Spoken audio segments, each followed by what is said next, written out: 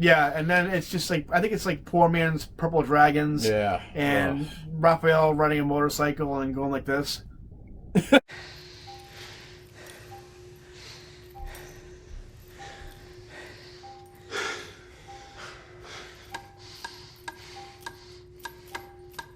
MC Mikey. MC Ricky.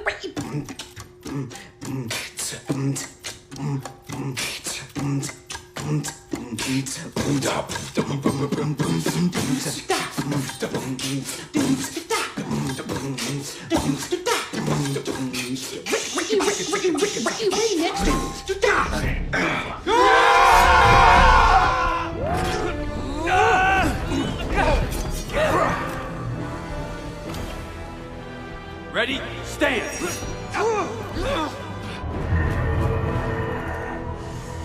Hey, Mikey, remember that thing you used to say when we were kids? You made me promise never to say it again. Forget about that. Still got one in the tank. I've been holding it in for years. Wait, guys, we need to... Cowabunga! Now we're gonna talk about the Brockmire. Michael Bay. Thank you, Michael Bay. Turtles. Produced Ninja Turtle movies. Nickelodeon had recently purchased Ninja Turtles off Peter Laird, who was the sole owner of Ninja Turtles at that point. Kevin Eastman in the late 90s had sold his rights to Ninja Turtles, and he became the owner of Heavy Metal magazine. And then Peter Laird was needed some money, I guess, and or decided he was all done with Ninja Turtles and sold to Nickelodeon. Nickelodeon then greenlit a Ninja Turtles movie, produced by Michael Bay, who was hot off Transformers. Well, not really hot off at that point. So I will defend this, and I will fight anyone. I love the first 3 Transformer movies. People complain about it, saying it doesn't follow the original script, which I think they do. If you have giant robots, there you go. Your job's done. Who cares? I fucking almost cried again. Well, tears of joy and sadness when Optimus Prime took on 3 Decepticons at once and died at the end. Take them all! Oh my god. If I ever fight 3 people once, that's my line I'm going to use. I might start running away because I don't want to die, but anyways. But this movie right here... it started off bad right away. Such a waste of potential. Like so Michael Bay... I want to say why I not to interrupt. I always talk over. Why I was against these movies in the beginning was because it first started off that he wanted to make them aliens. Yep. And I'm like, why would you make them aliens? Just stick to the original formula and then branch from that. Stick to the cartoon formula, the movie formula, the comic book formula. I don't give a shit. Just the Ooze in Origin did have alien origins too. Yeah, so that we'll get to. They didn't really touch upon that until the sequel, I believe. But I didn't see the thing you're talking about. They made it seem like it was a bogus rumor. Yeah. But after reading the original script, I found out it goes much deeper than just that. So.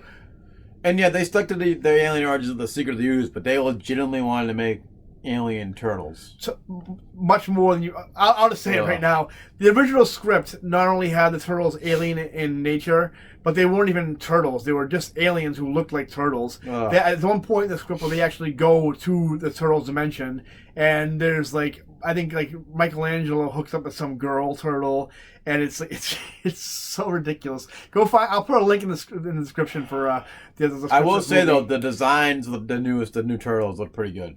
In this movie? Yeah. Oh, not fucking giant. Okay, the giant ones, I should say. The designs are fine. Their costumes, I should say. The scale, though, they made them basically like huge, hulking.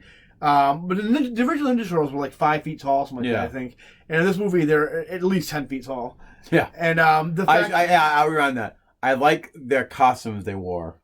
Those were pretty cool. The fact that they could sneak around anywhere is just like, there's suspension of disbelief, and then there's just being completely ignorant. Yeah. There's no way these guys, unless they were just like filled with helium, there's no way they can sneak around anywhere. No. Because anytime, like if you could easily know if a Ninja Turtle is sneaking up behind you in these movies because you'd see the glass of water shaking like in Jurassic Park. And the fucking giant shadow. So, I mean, just like bad decisions like that. Megan Fox cast as April O'Neil. Shredder in an Iron Man type suit. Yep. So let's also rewind real quick. We were both against seeing it, and we just decided one day, let's just go see it. Yep. And we were surprised at how much we did end up liking it. It wasn't a bad movie. It was No. actually pretty good. If you could look over things like Tony Shalhoub playing Splinter. Again, everything was making me stop. You had Monk, Tony Shalhoub playing Splinter. They cast, and this is no disregard to the jackass guy. What's his name? Oh, Johnny Knoxville? Johnny Knoxville, if you're ever listening to this is nothing against you at the time when I was singing this. You're fucking awesome in Jackass. You were awesome in Walking Tall. And any of those type of movies where you're the sidekick getting your ass kicked, but you get back up. Nothing against that. Those movies are great. Jackass is great. And please, I'm leading into it. At first, I'm like, why would you do him as Leonardo? Leonardo is the leader, the most serious one, and he pulled it off too. I was shocked at how well he pulled it off. You know, he's better than Jason Biggs as Leonardo, that's for sure. That's also debatable. We'll get into We'll get to that because Jason Biggs was a much better Leo than Seth Green, which again, nothing against Seth Green, but I don't see him as Leonardo. He doesn't sound that much like an explanation of why he turned into Seth Because you heard Green, his voice. But Jason Biggs is a piece of shit human being. I'm not upset that he got replaced at all. But then the reason why he sounded different was because his voice got hurt. Well, the thing is, I don't know if they just wanted like an all-star cast for that show because we're talking about the 2012. Leo's voice got hurt. Because Jason Biggs started off as Leonardo in the 2012 Nickelodeon cartoon. Then when Jason Biggs got fired for being a degenerate, garbage human being, was replaced by somebody who sounded kind of similar to him. And they should have kept him. And then all of a sudden he was Seth Green. Yeah. And they explained it because he got beat up so his voice changed. And even Donatello in the cartoon was like, I've never heard of this happening, but I guess it's possible. Anything. I mean, we are Ninja Turtles. So. Yeah. But I just wanted a big name actor, but I don't know why they just didn't keep the no name actor and paid him less and maybe You never would have known the difference. So anyway, we're talking about the 2014. This movie was directed by John Leesberg, I think his name is, who did the Battleship live action movie with Rihanna. I wouldn't even bother seeing that. Me neither. And the movie was solid. Despite its bad decisions like the 8-foot, 10-foot tall turtles, Megan Fox playing April O'Neil, Iron Man Shredder, Tony, which Iron Man Shredder, stupid idea, but you know what? The fight scene with the Ninja Turtles in the sewer is fucking awesome. Yeah. Those decisions kind of make it kind of like they kind of downgrade a little bit as far as I'm concerned, but that's Ninja Turtles, the 2014 version. And then we got the sequel to that, which we'll talk about, right? And now we're talking about it. I froze for a second there. We're going to keep that in, too. All right, Ninja Turtles 2, directed by Dave Green, who did Earth to Echo before this. Never fucking heard of it. You ever heard Earth to Echo? No. Oh, my son loved... Earth to Echo to my son is his generation's E.T. That's how he describes it. And it's actually a pretty solid movie. Really, a guy who's clearly a fan of like the 80s genre. And I should check it out then. You should definitely check it out. It might be on Netflix or Hulu or something like that, but you should definitely check it out. So anyway, we get the sequel.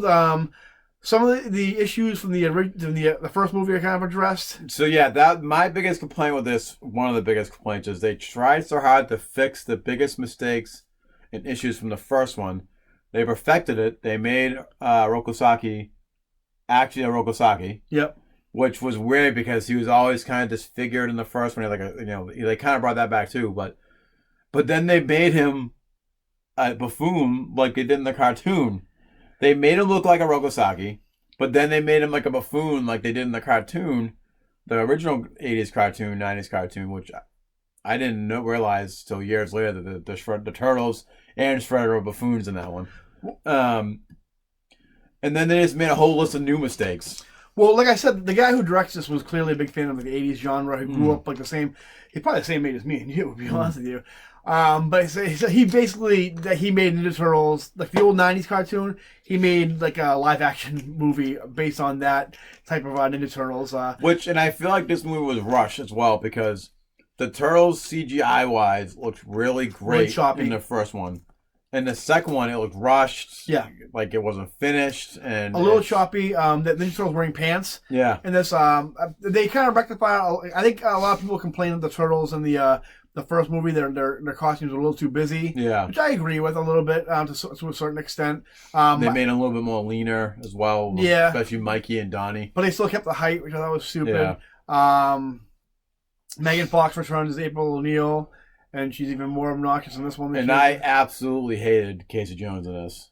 Oh, Stephen Amell. Yeah, Stephen Amell could have been so great. Great fucking Arrow in the Arrowverse, Green Arrow. But he plays Casey Jones in the first season of Arrow. Yeah, he's a psycho vigilante in the first seson of Arrow. And they made him a joke in this. They just made him, like I said, what they're doing is they're making the 90s cartoon. Yeah. But a complete opposite of who he is as a character. They made him like a freaking cop. Trying to be like move up the rank. No, like a security guard. He's a wannabe cop. Yeah, so he's trying to become like a cop or like a lieutenant. So he's basically he's like a security guard. He's basically Seth Rogen's character in Observe and Report. In this, Will Arnett makes his return as Vern. Another callback from the '90s cartoon, which Will Arnett, every scene he's in is great. Yeah, he did a really good job of that. Surprisingly, Will Arnett's great in everything he's in. Lego Batman himself. I have a love-hate relationship with him. I think there's some things he's great in, and then there's other things that he's trying too hard to be funny in. How so? Real quick before I just think he oversells it when he's trying to be funny in some of the stuff. Maybe he didn't oversell it in Arresting Development. So good. But some other there were even some scenes in which he was good as, but I think he was overselling it. I think that's not Will Arnett. I think that's more the script than anything else. But Will Arnett said they must really want him to oversell it in some of his movies. You work with what you got, I guess. But Tyler Perry plays Baxter Sarkman, which I was against at first. I'm like, Tyler Perry, that fucking scumbag who does all those Tyler Perry movies. Why is he a scumbag? He just all his movies are dumb. He knows what he's good at. Yeah. But Tyler, he actually puts a really good. All his movies are the same as Tyler. Like I don't even call him. I just call him Tyler Perry 17 when it comes out, or Tyler Perry 18, whatever. Medea, whatever. Yeah. But he plays Baxter Stockman. He's really good in it. He was really good at it. And you get Bebop and Rocksteady, played by Seamus, and I forget who the other one is. Seamus and some random guy. I think it might have been the guy who played Shocker in the newest Spider-Man movies. I don't know. I could be wrong, but yeah. But J.D. Smooth plays from Curb Your Enthusiasm fame plays Bebop in the cartoon, the latest. He does that. That's right. Yeah, that's true. And he's great in that. Mm-hmm. But so they do this. Bebop and Rocksteady. They look great. They act great. They steal every scene they're in. They're very much like how they are in the comics. Mm-hmm. Shredder reacts to him just like how he does in the comics. Who else is in it? Laura Linney's in it. She's like the mayor. Yep. Laura Linney. What a MILF. She's in it. Who else? And Brad Garrett plays Krang. Yep. Just in case the point wasn't driven home that we're doing the cartoon. Mm-hmm. Krang is in it. Originally supposed to be voiced by Bill Hader, or I think it was Bill Hader, or who's the guy from Portlandia? I know who you're talking. I can't think of his name. Not Will Forte, the other guy. I cannot think of his name. I know who you're talking about though. But he was supposed to play Krang, but he dropped out last minute. And then Brad Garrett, famous for Everybody Loves Raymond, and a character in every Pixar movie. See, this part of the movie of Dimension X and building the Technodrome was actually done pretty well. Oh yeah. Yes, there's a subplot of where they have an anti-mutagen where they figure out the turtles could turn to humans. I guess I don't know how. Yeah. But Leonardo's against it, and that causes friction between the team. You get the whole thing with Michelangelo wanting, which is kind of in keeping with how he is in the comics, where he longs to be part of that human world, but they're treated as freaks. And there's actually a pretty good moment where they're in the police station trying to recover something, and they come out and they're kind of they help out the security guys from getting killed by the foot ninjas and stuff like that. And again, how they fixed the things from the first movie, the foot in the second one they did right. Yeah. In the first one, they made the foot come around guns, like the complete opposite of what the foot are. And that's what I didn't like about the biggest thing I didn't like about the first movie. There is a good moment in that, though, where they save the police station from the foot, and then the cops all draw their guns on them and call them monsters. And Michelangelo's kind of like, we're not monsters. And it's really kind of a cool moment, in the movie. They gave a little depth to Michelangelo, which he's as much as obnoxious as he is, he's actually great in this movie. And so, that's pretty much the story of it. They try to build the Technodrome. It's everything anybody asked for in the Turtle, ever since Ninja Turtles 2, when people complain about not Bebop and Rocksteady, not villains from the cartoons and comics, they give you everything you want. Yeah. And they were like, we don't want that. Yeah. The fans we want. And people have We wanted that a generation ago in the first 3 too movies. little, too late, Yeah. I guess. They really dropped the ball with this movie. I think as much as the intention was great, the execution was a little off. And at the time, like, you know, these movies, like, you had like a new series out, you had a new comic book out, you had new action figures out. Yeah. They really could have started like a resurgence of Turtle Mania. And I think these movies had the perfect opportunity to kind of like really push that to the limelight. And they really kind of fumbled the ball a little bit. I feel like now the Turtles are going to be kind of on the downswing again. Cause I hope not. Me neither, because we have no new games out really. Other than that, the newest arcade game that came out that was based off the 2012 Turtles. We've had Out of the Shells. Out of the Shadows was great. Really based on the IDW comic right now. And you have a great comic out. Yeah. It's going to be on issue 100 this month, I believe. But right now you have that shitty Rise of the Teenage Mutant as like a Teen Titans version. Yeah, so version of a lot of the criticisms that are out there, we don't. Some of the ones that we don't share. Our thing is it's basically we had this awesome 2012 one. Yep. It goes on for 4 seasons of pure greatness. And then they go suffer the fate of Young Justice. And then we get Teen Titans Go, which the only good thing I want to say about Teen Titans Go, I do want to see that movie where it's Teen Titans Go versus Teen Titans. Oh, I walked past that Target. But the thing with that show is it seems kind of expensive to make. I forget where I was going with that, but anyway, making Raph the leader and some really Leo bad decisions. more of it's just right now. But it's not made for us. So that was Out of the Shadows. Like I said, they kind of dropped the ball with those movies. I found them enjoyable, but ultimately forgettable. I didn't hate them. They definitely were better than Turtles 3. Yep. So for my ranking of Turtles would be Turtles 1, TMT. Yep. Here comes Gucci. She wants to put her in. Gucci's like, you finally stopped talking about this Turtles crap. Turtles 2, Secret of the Ooze. And then the rebooted one. Then the rebooted Turtles 2. And then Turtles 3. My favorite of all of them is the first Ninja Turtles movie. And then the rest I all like equally. I think I just love Ninja Turtles. Except for Next Mutation. Next Mutation is What's your take, Gooch, on this? What do you think on Turtles? Yeah. As far as going forward in the future, as far as movies goes, I every once in a while I hear rumblings about Netflix doing a movie or then a series. I think right now it's in the series thing, but I think as far as Netflix series, you can kind of count them as movies pretty much. They're more like serialized movies. Because they wanted to do rated R. And that's the thing. People have this boner for like a grim and gritty Ninja Turtles. Which I mean, the thing is, as much as you hate to admit it, Ninja Turtles is made for kids. Yeah. Everybody uses like the old comics as like an excuse, like first of all the comics weren't as bad as everybody makes them out to seem to be. They make it. Everybody says like the original comics had like tons and buckets and buckets of blood and swearing. No, they didn't. They had some like like normal amounts of like like blood that you would see like in a normal comic. There was no swearing at all. There was more swearing in the Ninja Turtles movie than were in the comics. The only way you're going to either make Turtles work where they can use their weapons is if they go down the original comic book route, make it violent, and that won't sell because it's made for kids. Or if you're going to do a live action one, you do like a live action, make it more serious. Yeah. You do a live action basically based off the original cartoon where you make the foot robot soldiers.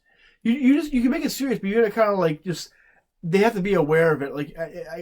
Like take the source material seriously, but don't take the product you're making seriously. Like Lego Batman is a perfect example of how they take the source material very seriously, but they're also not afraid to kind of wink at the audience and let them be a little meta about it. I wouldn't mind a movie like that. As far as how would you go about making a Ninja Turtle movie? What's your ideal Ninja Turtle movie? I guess? Really quick. I guess my ideal one would be to make it like the cartoon, but make it not as goofy. Make robot foot soldiers. Yeah. Because you make it like the video games, like the Sega Genesis one and the Turtles 3 or the NES ones.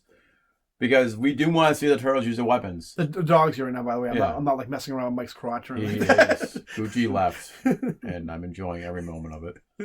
You're doing pretty good multitasking, though. Yeah, I've learned to do that. Like, so Steve. So yeah, I would make it either very violent, or See? it won't sell, or you do it like the cartoon, except make it more serious. Because I do want to see the turtles use their weapons. I don't want to see them use the fake plastic ones or the fake wooden ones. Well, that's how you do it. Either or. I would make my if I was gonna make it. I think Ninja Turtles don't necessarily work that well in contemporary times. I don't think they work well in like 2019, 2020. I think they work best in the 80s, early 90s. So if I were gonna make a Ninja Turtles movie or a show or whatever, I would Well, skip live action. Just do CGI like the TMT movie. I would do live action only because I've seen what they can do now as far as like Jim. They redid Dark Crystal, where it's like mostly animatronics, but they put in CG where it's needed, which I think they could do. Like I think they could really do well now. I think Brian Henson also, seeing as though he has this mad on against Disney and is more interested in making stuff like what's that movie, that puppet movie with Melissa McCarthy that just came out. Oh yeah, I forget what it's called, but that was pretty. But he's more. I think he's more willing to do more of a not R-rated but more adult themed. Well, I'm thinking about now. They can probably do live action. You can, how in Wolverine, the X-Men movies, Wolverine, where you see Wolverine use his claws on people, but you don't see blood. They could probably get away of doing it like that. You don't have to show blood. I mean, if you show like a wound or like that, you don't have to have like a Mortal Kombat where there's like buckets of blood. But like people think when you use a sword on someone, you're gonna slice them in half. Yeah. So you could just do it where like Leo uses swords, and they kind of like with the Wolverine movies, where they like he uses it, and then you see the guy go flying off. You can do it like that. My movie would take place in the late 80s. It would be practical effects for the turtles, but CG where needed to be. And I would make it more like as far as violence goes, I wouldn't make it too campy. I would make it more like how like Kick-Ass or Kingsman is, only without all the R-rated. I wouldn't have all the swearing and the sex and like the gratuitous violence. But I would definitely make it like a little aware of like the fact that it's like it's Teenage Mutant Ninja Turtles, but like and like there'd be like bright colors where it needed to be as far as the characters go, but also have that darkness where it needs to be also. So that'd be my Ninja Turtles movie right there. And that's all I really got. Really, I'd have Corey Feldman come back. Yep. And so that's our last episode on the Mike and Steve go to the movies throughout their childhood and into their adulthood. And so we'll be back next time for another installment of Totally Turtles. Yeah. And I can't wait. Turtle Power and Cowabunga. Teenage Mutant Ninja Turtle Power. I think that's the song goes. Or like Mike says, oh way, oh way, oh way, oh, oh, oh. That's Tarzan boy. I can't find that song anywhere now either. Do you have Spotify? I think I do with Google, YouTube. I don't know, but I'll find it. All right. That's going to do it for us, guys. Right. Like and subscribe. Hit the bell, please. Yeah, ring that bell. And anything you guys want to talk about in the comment section, write it down and we'll respond to you. And we'll see you next time, guys. All right, see you later. Bye-bye. Bye.